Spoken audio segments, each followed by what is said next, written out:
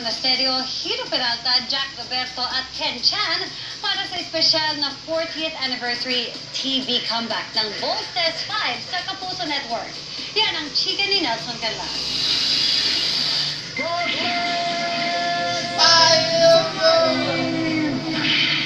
Sino bang batang 70s ang makakakalimot sa mga sandatang electromagnetic top, chain knuckles, at laser sword?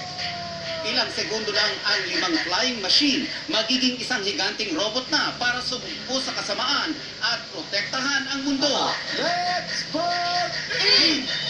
1977 ang unang sumikat ang Voltes 5. After 40 years, dito sa Kapuso Network, muling mapapanood ang Power Quintet sa kanilang adventures at pakikipaglaban sa Bosnian Empire. Napanood ko pa rin siya. So kahit papano, kilala ko naman sila. Kilala ko yung theme song, kilala ko yung mga characters. Tulad ni Bea na nagboses sa kaisa-isang girl warrior ng Voltes 5 team, makakasama niya sina Derek Monasterio at Hiro Peralta bilang magkapatid na Steve at Big Bird.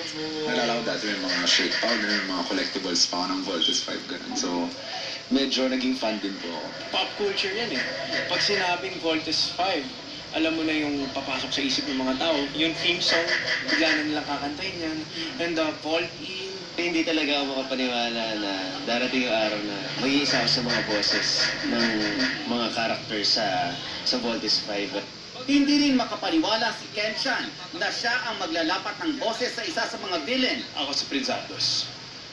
Asan ang mga boss niya? Mapapanood na ang Voltes 5 tuwing umaga dito sa GMA simula sa Lunes, March 27. Nelson Canlas,